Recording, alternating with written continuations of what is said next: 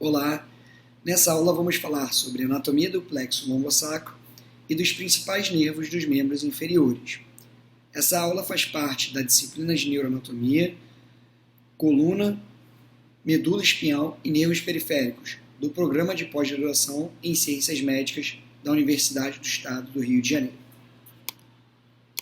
Nessa aula falaremos sobre os conceitos gerais, ossos, vasos arteriais e venosos, o plexo lombosacro e os músculos da região glútea, coxa, perna e pé. Sabemos que os membros inferiores têm três funções principais. A primeira é a sustentação do restante do corpo, especialmente o nosso tronco e os membros superiores. Além disso, os membros inferiores têm um papel fundamental na locomoção, na nossa movimentação, especialmente na nossa marcha ou na nossa corrida. Ainda assim, o membro inferior é responsável pelo nosso equilíbrio. Podemos entender perfeitamente essa função quando nos deparamos com um paciente que tem a perda de um membro inferior. Esse paciente terá grave dificuldade em se equilibrar.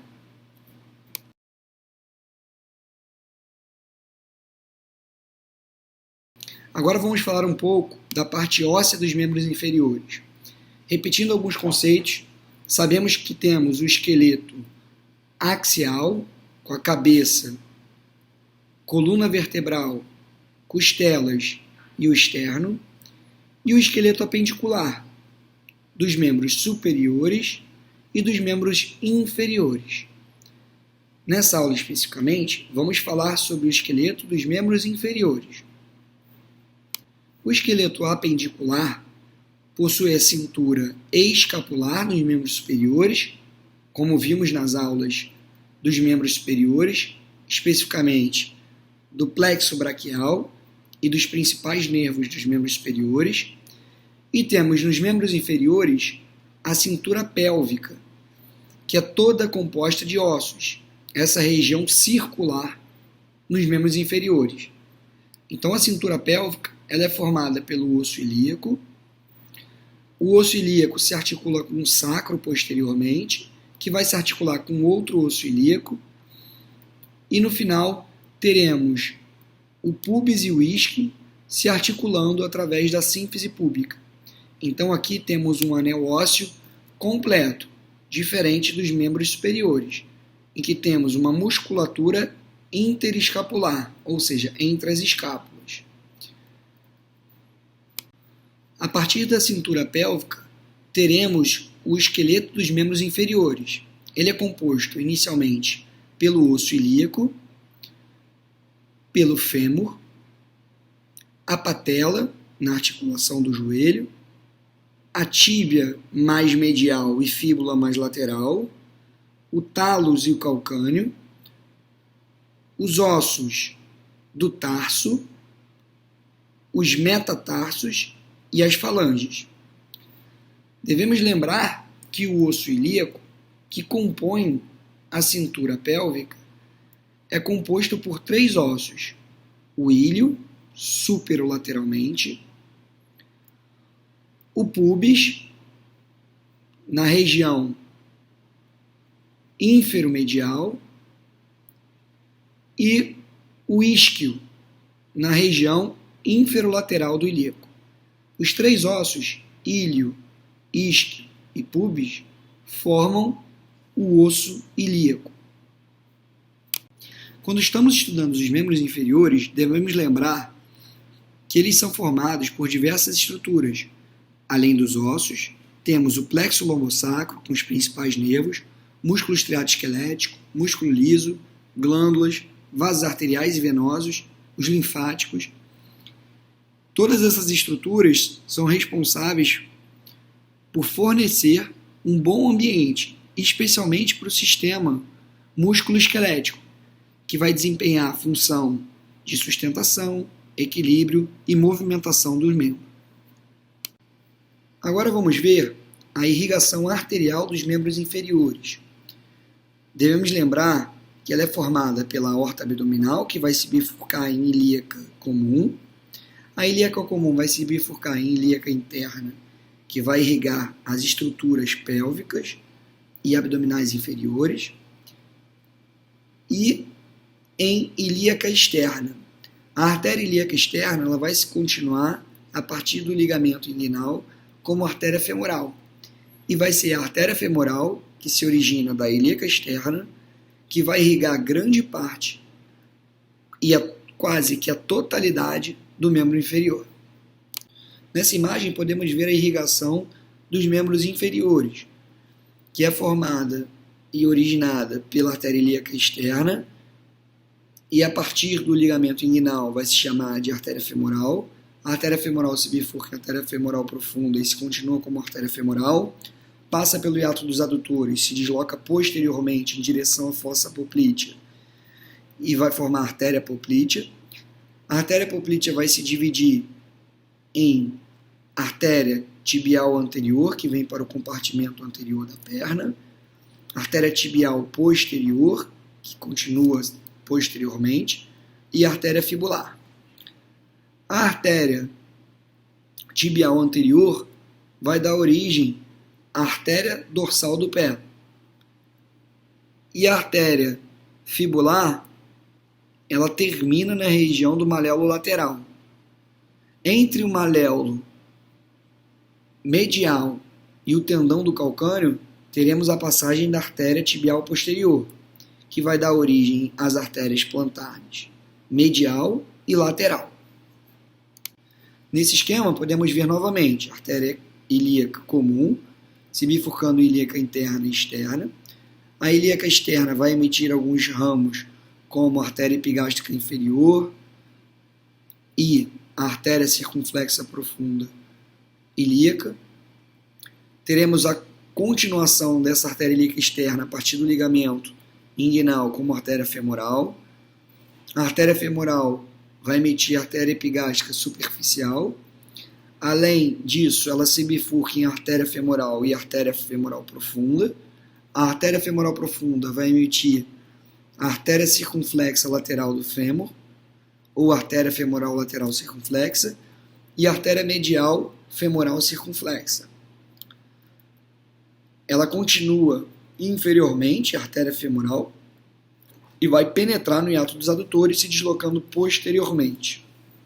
Nessa imagem podemos ver novamente a artéria ilíaca externa, dando origem à artéria femoral profunda, com as circunflexas do fêmur lateral e medial. Aqui teremos a continuação da artéria femoral, passando pelo hiato dos adutores, a artéria poplítea, dando origem às artérias geniculadas, superomedial, superolateral, inferomedial e inferolateral, a artéria poplítea se deslocando inferiormente, dando origem à artéria tibial anterior, e inferiormente se bifurcando em artéria tibial posterior e artéria fibular. Nessa imagem, podemos ver novamente a artéria femoral, já passando pelo hiato dos adutores, virando poplítea, se deslocando posteriormente. Aqui podemos ver a artéria tibial anterior, que vai se continuar anteriormente, dando a artéria dorsal do pé. Posteriormente, podemos identificar a artéria femoral, virando a artéria poplítea, as geniculares superomedial, superolateral, inferomedial e inferolateral, a artéria poplítea descendo e dando origem à artéria tibial anterior, que vai perfurar a membrana interóssea e vai irrigar a região anterior da perna, se continuando a artéria poplítea com a artéria tibial posterior e a artéria fibular. A artéria tibial posterior vai passar entre o maléolo medial e o tendão do calcâneo e vai dar origem às artérias plantares medial e lateral. Nesse detalhe da vascularização arterial, podemos identificar a artéria femoral, dando origem à artéria poplítea, a partir do hiato dos adutores, dando as geniculares, superlateral, supermedial, infralateral e inferomedial, artéria tibial anterior, passando na membrana interóssea, indo para a região anterior da perna, e a artéria poplítea se dividindo em artéria fibular e artéria tibial posterior. Aqui temos as veias dos membros inferiores, que têm um papel importante no armazenamento sanguíneo, um papel importante na vascularização dos membros inferiores e elas geralmente acompanham as artérias, especialmente o sistema venoso profundo. Então teremos uma veia tibial anterior, uma veia tibial posterior, uma veia fibular, uma veia poplítea, uma veia femoral profunda e uma veia ilíaca externa. Além disso, temos o sistema de veias superficiais. E nessa região anterior, que chamamos de região dorsal, teremos a origem, à frente do maléolo medial, a veia safena magna, que vai se deslocar de inferior para superior medialmente na perna, no joelho e na coxa. Depois ela se desloca novamente anteriormente e ascende até entrar no hiato femoral e vai terminar na veia femoral. Aqui podemos identificar a veia safena magna na região anterior ao maléolo medial, ascendendo na região medial da perna, na região medial do joelho, ela vai se deslocar de anterior para posterior, depois novamente de posterior para anterior na região da coxa, e vai penetrar nessa região da abertura safena, de um hiato safeno, um hiato femoral, para a entrada da veia safena magna. As veias superficiais têm um papel importante e a sua incompetência e dilatação produzirá varizes nos membros inferiores. Nessa visão posterior do membro inferior, podemos ver uma outra veia superficial muito importante, que passa posterior ao maléolo lateral. Se desloca de lateral para medial e de inferior para superior e se chama safena parva. A safena parva vai desembocar na veia poplítea e tem uma importante função de drenagem superficial venosa. Agora vamos conversar sobre os músculos e inervação dos membros inferiores. Aqui teremos como divisão a região do glúteo posterior, o quadril, que é uma região anterior, a coxa se dividindo em compartimentos anterior, posterior, lateral e medial, a perna com os compartimentos posterior, lateral e anterior, e o pé com a superfície plantar e dorsal. Para entendermos a inervação dos músculos dos membros inferiores, devemos compreender o plexo lombosacro.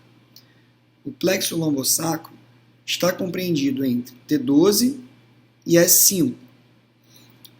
O plexo lombosacro pode ser subdividido em plexo lombar, que vai de T12 a L5, e o plexo sacral, que vai de L4 a S5, podendo receber contribuições de ramos coxígeos.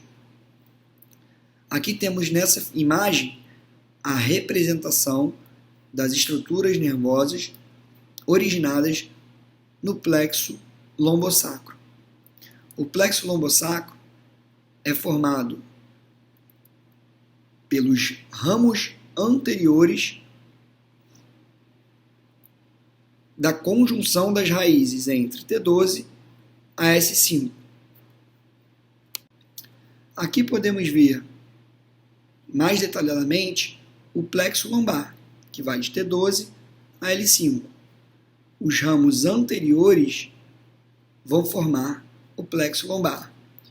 E logo no início do plexo lombar, teremos diversos nervos, como o nervo subcostal, que vem de T12, o nervo iliohipogástrico, o nervo ilioinguinal, o nervo gênito-femoral e o nervo cutâneo-femoral lateral, como nervos que se originam do plexo lombar e que inervam predominantemente a região cutânea, abdominal inferior e superior do quadril e da coxa. Além desses nervos, temos dois importantes ramos do plexo lombar, que é o nervo femoral, que vai inervar a região anterior ou seja, a região do quadril, e a região anterior da coxa, e o nervo obturador, que vai inervar grande parte da musculatura medial de coxa. Aqui podemos identificar o plexo sacral, que vai de L4 a S5, podendo receber contribuições de ramos coxígeos. Aqui teremos diversos nervos que vão inervar a musculatura estriada esquelética, especialmente na região posterior dos membros superiores, ou seja, a região glútea, a região posterior da coxa, a região posterior da perna e a região plantar. Então temos aqui a formação do nervo glúteo superior, glúteo inferior, nervo para o músculo piriforme, o nervo para o músculo quadrado femoral, o nervo para o obturador interno e um importante nervo que vai de L4 a S3, chamado de nervo ciático ou nervo isquiático. Um nervo isquiático é um nervo que vai de superior para inferior,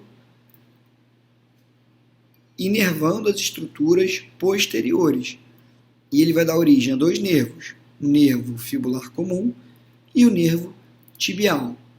Então, grande parte da inervação dos membros inferiores vem na região do plexo lombar do nervo femoral e no plexo sacral, o nervo ciático.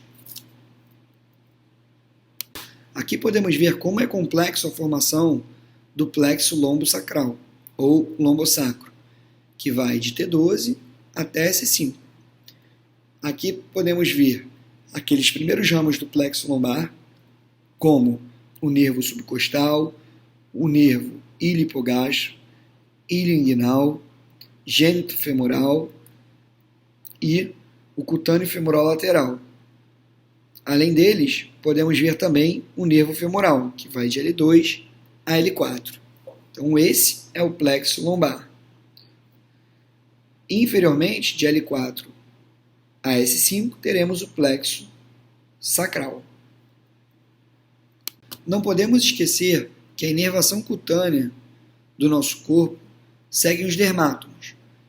Então, nos membros inferiores, temos importantes dermátomos, como, por exemplo, L3, que vai da região anterior da coxa, se estendendo até a região medial do joelho, L4, que vai na região lateral da coxa até a região anterior, em sua porção distal, seguindo para a região medial da perna e no maléolo medial, L5, que vai se estendendo lateralmente na coxa, depois lateralmente no terço superior da perna, e vai se deslocando de lateral para medial, alcançando a região dorsal do pé, na região anterior do pé.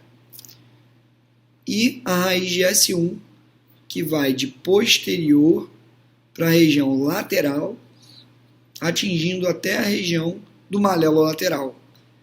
Então, isso é importante na correlação anatomoclínica. O tipo de dor que o paciente apresenta, se ele segue um determinado dermátomo. E se seguir um determinado dermátomo, está subentendido que existe um padrão radicular, uma determinada raiz que está com alguma alteração.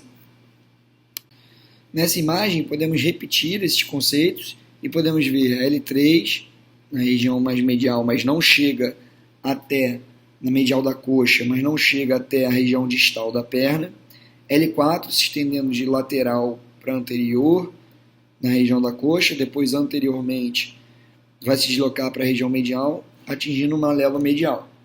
L5 permanece na região anterior, no dorso do pé, e se estende posteriormente e lateralmente na coxa. E a raiz S1, que tem um trajeto de posterior, alcançando até a região do maléolo lateral. Então, malelo medial L4, dorso do pé L5 e malelo lateral, trajeto de S1. Esses são os dermátomos que são muito importantes para entendermos as patologias da coluna vertebral, das raízes e dos plexos. Nessa inervação cutânea superficial, podemos identificar diversos ramos do plexo lombar, como o nervo subcostal, o nervo ilipogástrico, o nervo cutâneo femoral lateral, o nervo gêmito femoral, inervando essa região inferior do abdômen e se estendendo à região proximal do quadril e da coxa. Agora vamos estudar os músculos da região glútea. São eles o músculo glúteo máximo, glúteo médio, glúteo mínimo. Além desses, temos o músculo piriforme, o músculo obturador interno, o músculo gêmeo superior e músculo gêmeo inferior, além do músculo quadrado do fêmur e o músculo tensor da face lata. Então, esses são os músculos da região glútea, na região posterior do membro inferior e mais proximal. Aqui podemos identificar os principais nervos que vão inervar os músculos da região glútea. Esses nervos se originam da parte superior do plexo sacral, ou seja, das raízes de L5, S1 e S2. Temos para o músculo glúteo máximo o nervo glúteo inferior, S1 e S2 principalmente. Para os músculos glúteo médio, glúteo mínimo e tensor da face lata, teremos a inervação através do nervo glúteo superior. O músculo piriforme vai receber uma inervação específica, que é o nervo para o músculo piriforme, do plexo sacral. Os músculos gêmeo superior e obturador interno vão receber os ramos para o músculo obturador interno. O músculo gêmeo inferior e músculo quadrado femoral vão receber a inervação através do nervo para o músculo quadrado femoral. E assim nós temos a inervação dessas estruturas da região glútea. Na região anterior do quadril, teremos os seguintes músculos: o músculo pectíneo, o músculo iliopsoas, que é uma união de 3 músculos, ou seja, o músculo psoas maior, o músculo psoas menor e o músculo ilíaco. Então, os 3 juntos são chamados de músculo iliopsoas. Além desse, teremos o músculo sartórios. Esses 3 músculos compõem, portanto, a região anterior do quadril e ajudam na flexão da coxa. Aqui podemos identificar a região anterior do quadril e os respectivos músculos. Essa musculatura é inervada pelos ramos superiores do plexo lombar, ou seja, L1, L2 e L3. O músculo pectíneo ele é inervado pelo nervo femoral, de L2 a L3. O iliopsoas a gente tem que subdividir. O psoas maior e menor pelos ramos dos nervos lombares, L1 e L2. Já o ilíaco pelo nervo femoral, L2 e L3. Assim como o sartório, que também recebe a inervação do nervo femoral, L2 e L3. Seguindo a região anterior da coxa, teremos os seguintes músculos: o músculo reto femoral, o músculo vasto medial, o músculo vasto intermédio e o músculo vasto lateral. Esses 4 músculos, já citados, vão formar o quadríceps femoral e são inervados pelo nervo femoral, L2, L3, L4. Nessa imagem podemos ver o principal nervo do plexo lombar, que é o nervo femoral, e ele vai inervar no quadril o músculo ilíaco, o músculo pectíneo, o músculo sartório, e na região anterior da coxa, os músculos do quadríceps, vasto medial, vasto intermédio, vasto lateral e o músculo reto femoral. Então, é um importante músculo que é formado pelas raízes de L2, L3 e L4.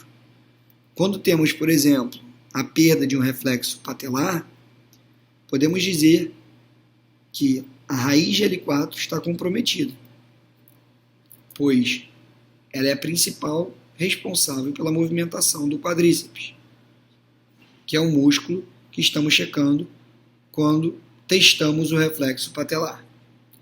Aqui podemos ver que o nervo femoral também exerce uma função sensitiva na região medial da coxa, medial do joelho e medial da perna, correspondendo aqui à raiz de L4 no dermato, na região do maléolo medial. Aqui já é o território do nervo cutâneo femoral lateral, que é a raiz de L2 e L3. Essa é uma imagem clássica demonstrando a região do trígono femoral, que é formado pelo ligamento inguinal, o músculo sartório e o músculo pectíneo. Nessa topografia, podemos identificar o nervo femoral, que vem de L2, L3, L4, lateralmente, a artéria ilíaca externa e após o ligamento inguinal, a artéria femoral, a veia femoral e a veia ilíaca externa, e aqui a região do canal femoral. Então, esse trígono ele é importante, pois temos um feixe vasculonervoso em seu interior, nervo, artéria e veia, de lateral para medial. Nessa imagem podemos identificar os planos do trígono femoral. Por exemplo, aqui temos a fáscia do ilíaco e o nervo femoral passando profundamente a essa fáscia. A fáscia do ilíaco ela vai se bifurcar e vai formar a bainha femoral. Essa bainha femoral vai formar um canal para a artéria femoral, um canal para a veia femoral e um canal femoral propriamente dito. Agora vamos ver a região medial da coxa. Temos os seguintes músculos: adutor longo, adutor curto, o músculo grácil, o músculo adutor magno e o músculo obturador externo. Então, temos o músculo adutor longo, adutor curto, o músculo grácil, adutor magno e, por último, o obturador externo. Tem a função, esse grupo medial principal, de fazer a adução da região da coxa. Aqui podemos identificar um nervo obturador, que se origina do plexo lombar, nas raízes de L2, L3 e L4. Esse nervo vai ser o principal responsável pela inervação do compartimento medial ou adutor da coxa. Aqui podemos ver os músculos da região posterior da coxa. Esses músculos são formados lateralmente pelo bíceps femoral e medialmente pelo semitendino e semimembranáceo. Esses músculos são responsáveis pela flexão da perna e são inervados por ramos do nervo ciático ou isquiático. Os músculos flexores da perna, que compõem a região do compartimento posterior da coxa, serão inervados pelo nervo isquiático, que vai de L4, L5, S1, S2, S3. Mas essa região mais proximal é inervada especialmente pelas raízes de L5 e S1. Aqui temos para as estruturas musculares mais mediais, como o semitendíneo e o semimembranáceo, a divisão tibial do nervo ciático, inervando esses músculos. Agora, a cabeça longa do bíceps femoral vai ser inervada também, porque ela é mais medial, a cabeça longa, vai ser inervada também pela divisão fibular, a divisão tibial do ciático. Já a cabeça curta, que é mais lateral, será a divisão fibular comum do ciático, que vai inervar. Notem que todos são pelo nervo ciático, mas temos a divisão tibial, que é mais medial, e fibular comum, mais lateral. Aqui só a cabeça curta do bíceps femoral que será inervada pela divisão fibular comum, o restante pela divisão tibial do nervo isquiático. Continuando com a região posterior da coxa, teremos a região posterior da perna, com a camada superficial, composta pelos músculos gastrocnêmios, cabeça medial e cabeça lateral, o músculo sóleus, que em conjunto com o gastrocnêmios forma o músculo trícepsural, tá? Com inserção no tendão calcâneo ou tendão de Aquiles. E esses três músculos se somam o músculo plantar. Então, músculo plantar, gastrocnêmio e sóleo vão formar essa parte mais superficial da região posterior da perna. A região posterior profunda da perna vai ter como representantes o músculo poplíteo, o músculo tibial posterior, flexor longo dos dedos, flexor longo do hálux, totalizando 4 músculos: poplíteo, flexor dos dedos, flexor longo do hálux e o músculo tibial posterior, que vai fazer a flexão plantar. O grande representante dessa região posterior da perna, seja na camada superficial ou profunda, será o nervo tibial, que vai de L4, L5, S1, S2 e S3. Nessa topografia, teremos o poplíteo, músculo, pelo tibial L4, L5, S1, o flexor longo do hálux e o flexor dos dedos S2, S3, tibial posterior L4, L5. Já o gastrocnêmio sóleo e o plantar serão inervados pelas raízes de S1 e S2 do nervo tibial. Aqui podemos ver o nervo tibial continuando e passando entre o maléolo medial e o tendão do calcâneo e se ramificando em nervo plantar medial e nervo plantar lateral. Aqui podemos ver os músculos da região anterior e lateral da perna. Na região anterior, teremos o músculo tibial anterior, o músculo extensor longo dos dedos, o músculo extensor longo do hálux e o músculo fibular terceiro. Esses músculos são inervados pela divisão profunda do fibular. Então, nervo fibular profundo. Na região lateral, teremos o nervo fibular longo e fibular curto, que serão inervados pelo nervo fibular superficial. Então, o nervo fibular comum vai se ramificar em nervo fibular profundo, que vai inervar os músculos da região anterior da perna, responsáveis pela flexão dorsal, levantarem o pé, e extensão dos dedos.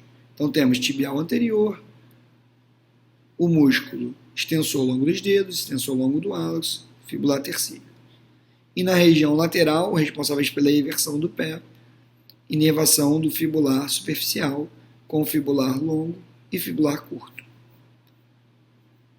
Aqui podemos ver o nervo fibular comum, que vai sair da região lateral do ciático, vai passar pelo colo da fíbula, também na região lateral da perna, e vai se bifurcar em fibular profundo e fibular superficial, fibular superficial, ele tem as raízes mais distais, de L5, S1 e S2.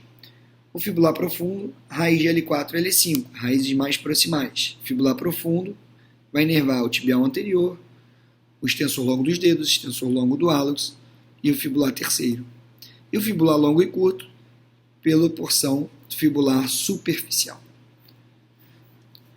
Esses nervos vão inervar a região lateral da perna e a região anterior do pé, o dorso do pé. Então, esse é um território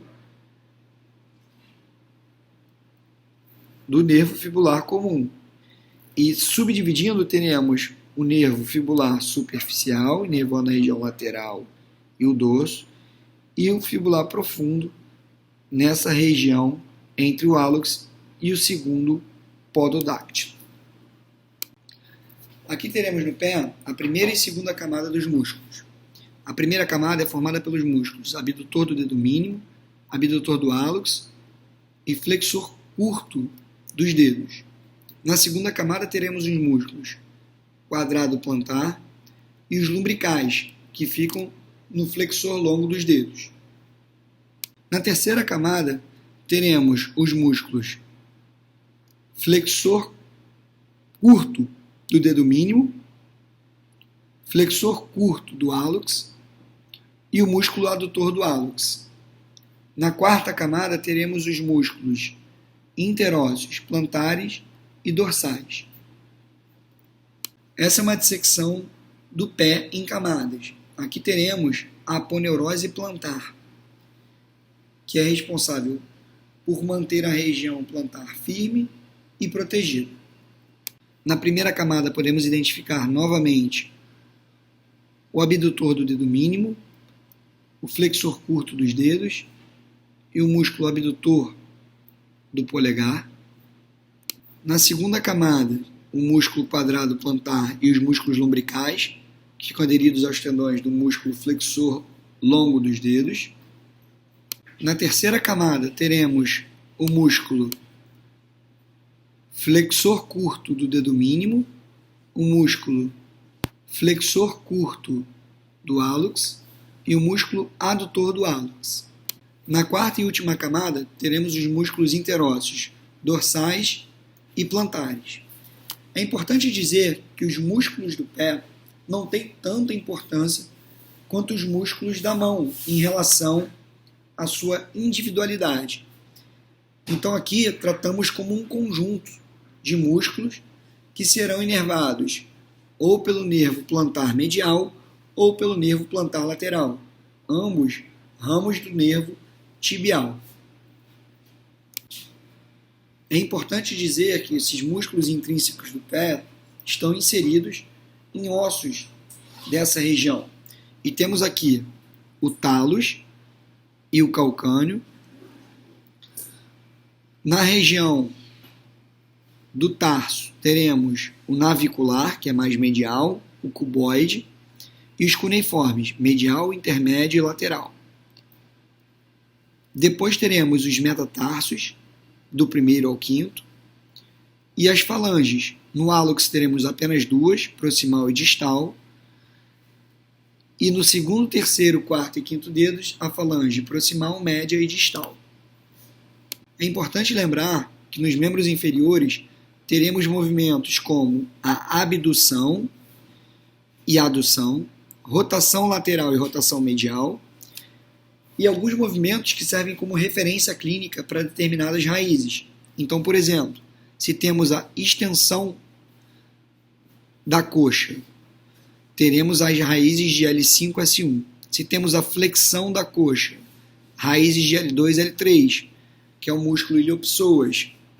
Na região posterior, quando fazemos a extensão, são os músculos glúteo máximo, glúteo médio, glúteo mínimo. Na região de flexão, no movimento de flexão da perna, teremos as raízes de L5 a S1. No movimento de extensão da perna, que é o quadríceps, L3 a L4. Na inversão, teremos as raízes de L4 a L5. Na eversão, que que é o músculo fibular longo e curto, L5-S1. Na dorsiflexão, L4-L5. E na flexão plantar, S1-S2. São importantes movimentos que nos ajudam para sabermos qual é a região, qual miótomo e qual raiz está sendo acometido. Veremos um pouco mais das síndromes clínicas na nossa discussão na outra plataforma. Muito obrigado e até a nossa próxima aula.